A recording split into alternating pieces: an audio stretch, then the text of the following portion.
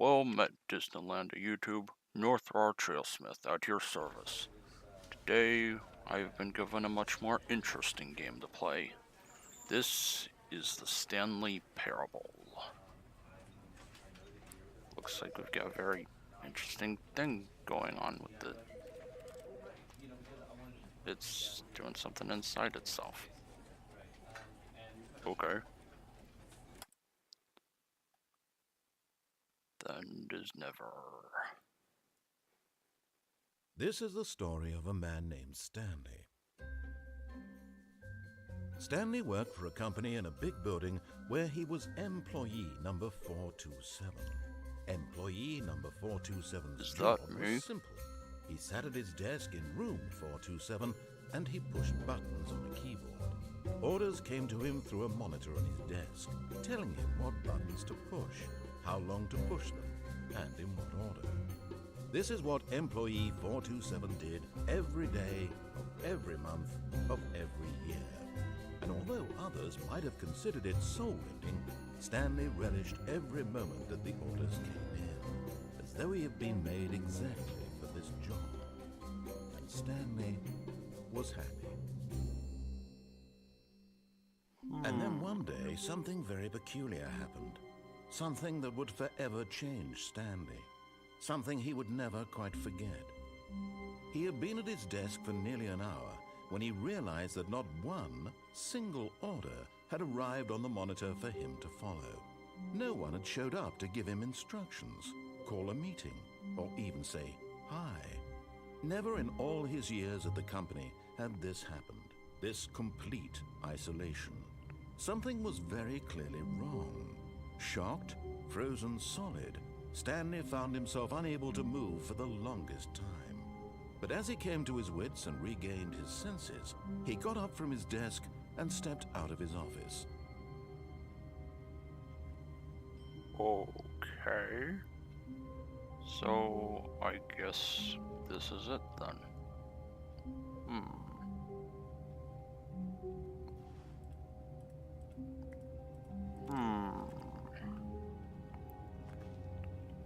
Okay, I guess we go this way.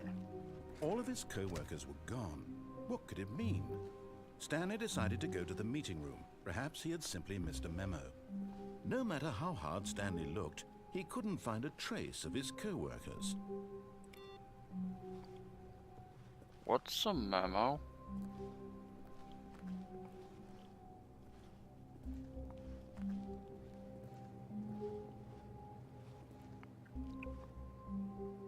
Huh.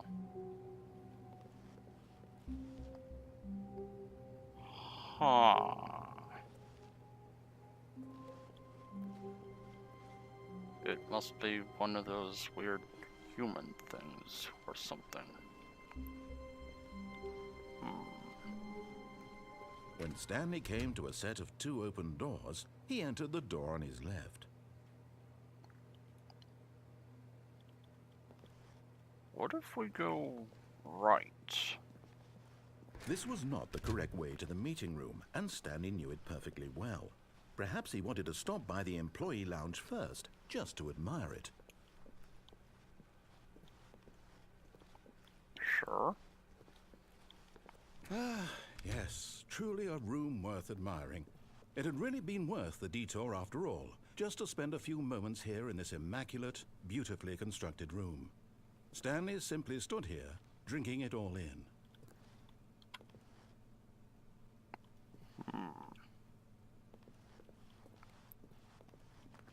Yes, really, really worth it being here in the room. A room so utterly captivating that even though all your co-workers have mysteriously vanished, here you sit looking at these chairs and some paintings. Really worth it.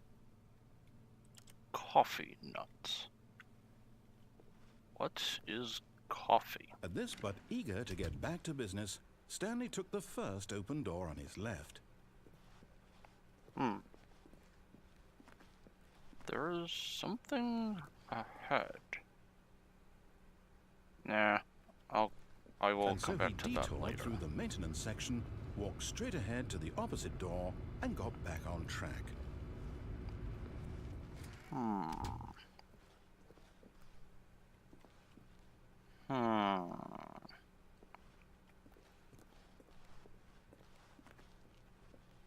Okay.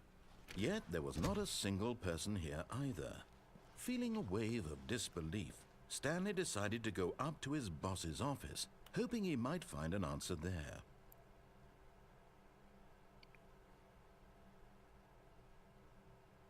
What is this?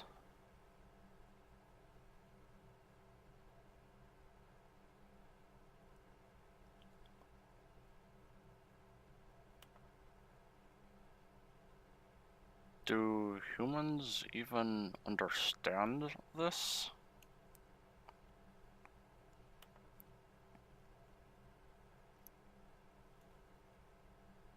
Oh, wait, I get it. Stanley just stood there doing nothing at all. He seems to think I have nothing better to do with my time than to sit around and describe every fascinating little detail of his inability to do anything.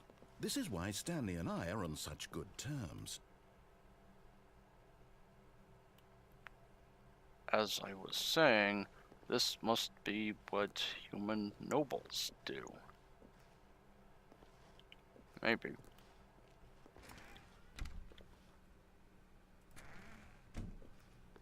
Stanley stepped into the broom closet, but there was nothing here, so he turned around and got back on track. Nah, this is kind of cool. There was nothing here. No choice to make, no path to follow, just an empty broom closet. No reason to still be here.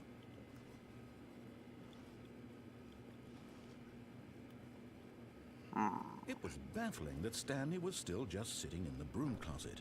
He wasn't even doing anything. At least if there was something to interact with, he'd be justified in some way. As it is, he's literally just standing there doing sweet FA.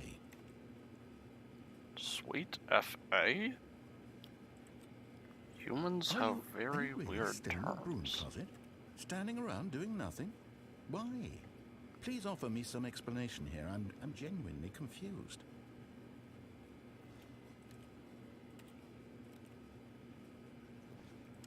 You do realize there's no choice or anything in here, right? If I'd said Stanley walked past the broom closet, at least you would have had a reason for exploring it to find out. But it didn't even occur to me because literally this closet is of absolutely no significance to the story whatsoever. I never would have thought to mention it.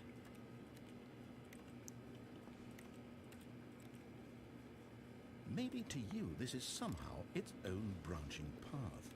Maybe when you go talk about this with your friends you'll say, "Oh, did you get the broom closet ending? The broom closet ending was my favorite." Broom closet ending? Concerning.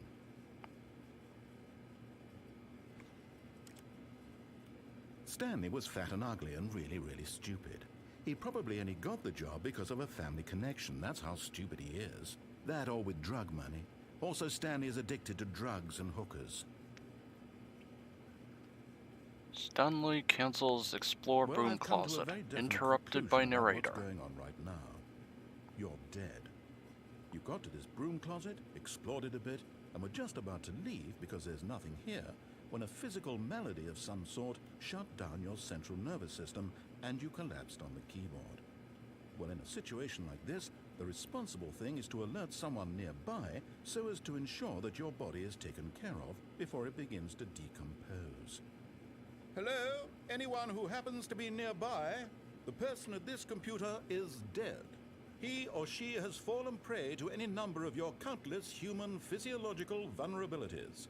It's indicative of the long-term sustainability of your species. Please remove their corpse from the area and instruct another human to take their place at the computer, making sure they understand basic first-person video game mechanics and filling them in on the history of narrative tropes in video gaming, so that the irony and insightful commentary of this game is not lost on them. All right, when you've done that, just step out into the hallway. Okay. First of all, I am not a human. I am a dwarf. Second of all, what in Armok's name are you talking about? Ah, Second player, it's good to have you on board. I guarantee you can't do any worse than the person who came before you. Coming to a staircase, Stanley walked upstairs to his boss's office.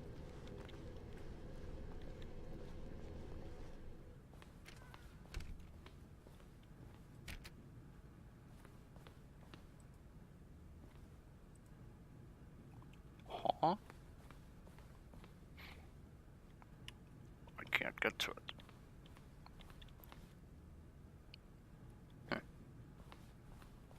Stepping into his manager's office, Stanley was once again stunned to discover not an indication of any human life. Shocked, unraveled, Stanley wondered in disbelief who orchestrated this. What dark secret was being held from him?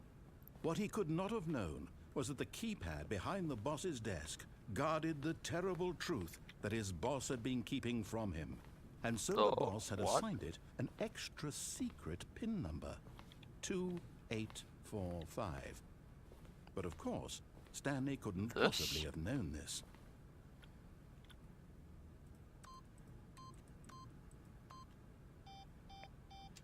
That's not it. 8. Stanley simply 8. began entering random codes into the keypad, knowing full well the sheer statistical unlikelihood that this would ever result in a correct combination. If he knew that the combo was 2845, it would be another story entirely. But no, this is what he was going to do instead. Fine. Yet incredibly, by simply pushing random buttons on the keypad, Stanley happened to input the correct code by sheer luck. Amazing. He stepped into the newly opened passageway. Why did it say 8?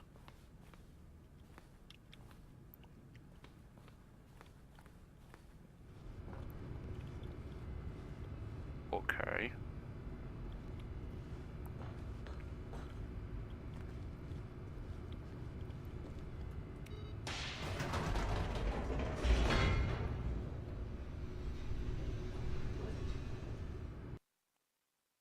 Well, this is definitely more interesting than Mountain, I will say that much.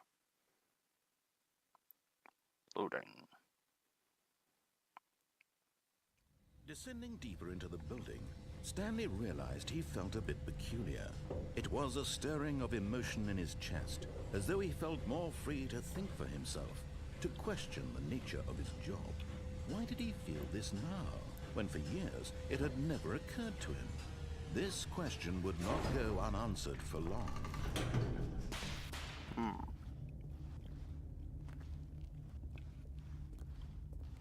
Stanley walked straight ahead through the large door that read Mind Control Facility. What? This says escape.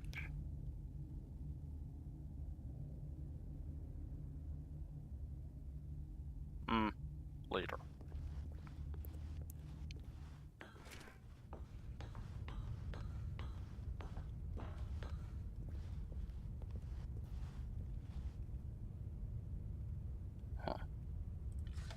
The lights rose on an enormous room packed with television screens. What horrible secret did this place hold? Stanley thought to himself. Did he have the strength to find out?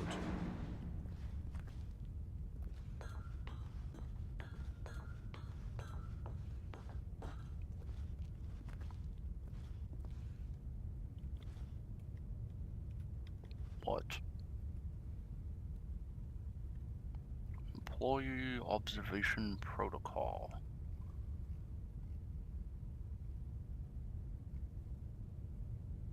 I cannot read that, and there is no way to... No, I cannot. Now the monitors jumped to life, their true nature revealed.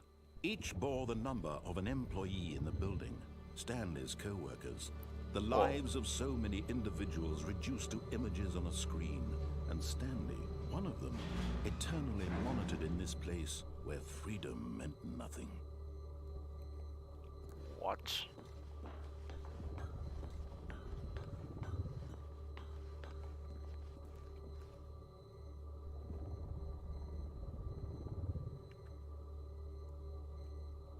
What?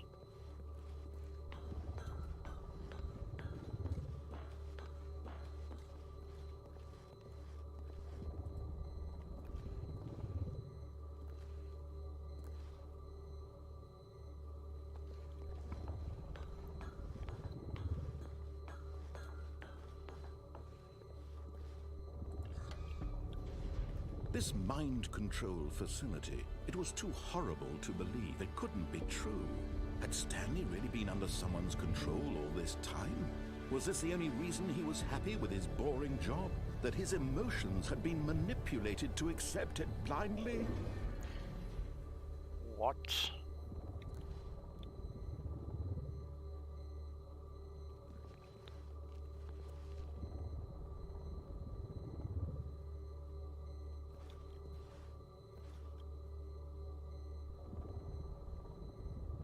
None of this makes any sense.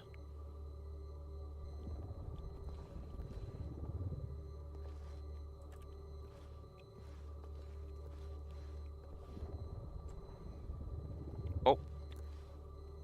Hold on. It is letting me return.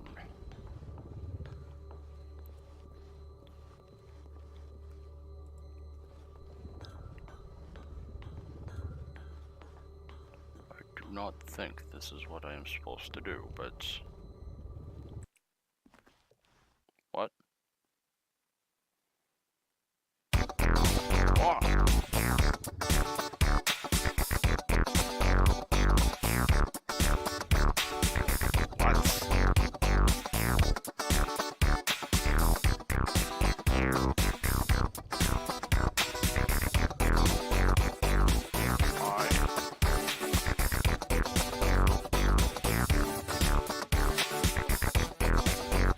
I am extremely terrified right now.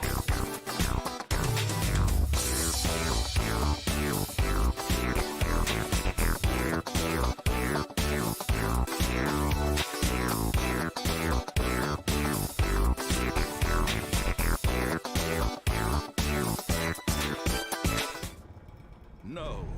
He refused to believe it. He couldn't accept it. His own life in someone else's control? Never! It was unthinkable, wasn't it? Was it even possible? Had he truly spent his entire life utterly blind to the world? But here was the proof. The heart of the operation. Controls labeled with emotions. Happy, or sad, or content. Walking, eating, working. All of it monitored and commanded from this very place.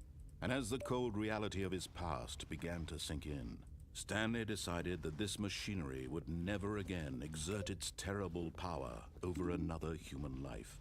For he would dismantle the controls once and for all. How do I do that?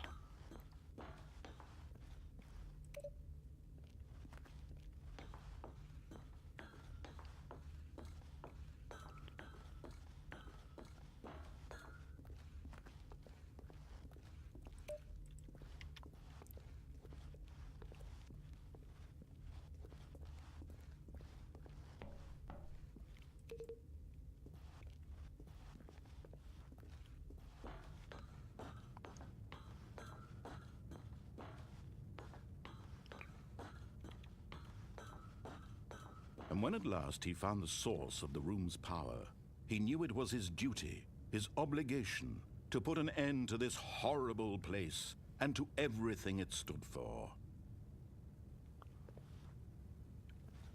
I swear to Armok, if this unleashes the hidden fun stuff.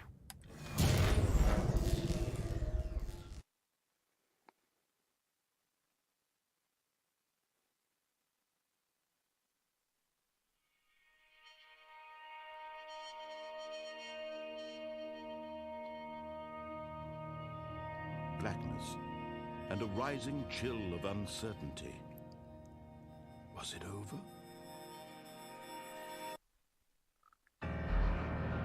Yes. He had won.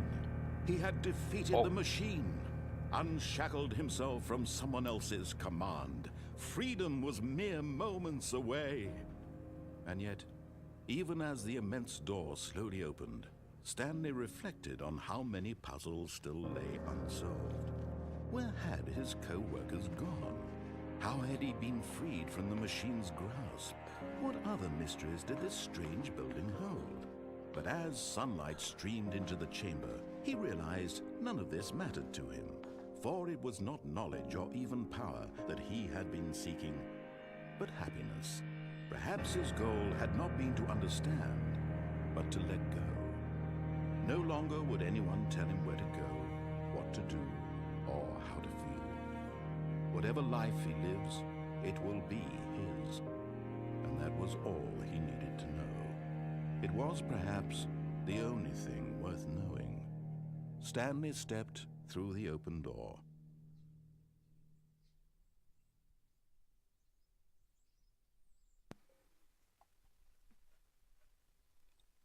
Okay. Stanley felt the cool breeze upon his skin, the feeling of liberation, the immense possibility of the new path before him. This was exactly the way, right now, that things were meant to happen. And Stanley was happy. Is that it?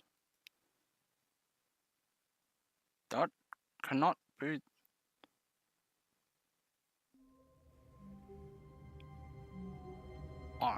I thought so. There is no way that could be it. I shall have to come back later and explore other things. But for now, keep your axe sharp and your beard clean.